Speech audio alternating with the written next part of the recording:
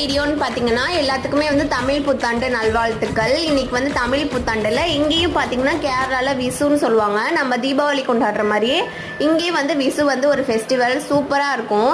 சரி நைட்டே வந்து இந்த மாதிரி காசு நகை அப்புறமேட்டு துணி அப்புறமேட்டு சமைக்கிறதுக்கு தேவையான பொருட்கள் அதெல்லாம் வச்சு வந்து நைட்டே வந்து சாமி கும்பிடலான்னு சொல்லிட்டு நைட்டே வச்சுட்டேன். காலைல எழுந்திரிச்சோடனே சாமியெல்லாம் கும்பிட்டாச்சு. சாமி கும்பிட்டு நேராக வந்து இங்கே இருக்க கோயிலுக்கு தான் போனோம். இங்கே பார்த்தீங்கன்னா அவ்வளோ கும்பல். ஏன்னா வந்து இங்கே சூப்பரான ஃபெஸ்டிவல்ல இது.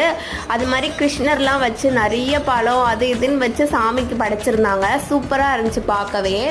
அதை விட ஒன்று என்ன இன்ட்ரெஸ்டிங்னா வரவங்க எல்லாத்துக்குமே வந்து ஒரு காயின் மாதிரி கொடுத்தாங்க.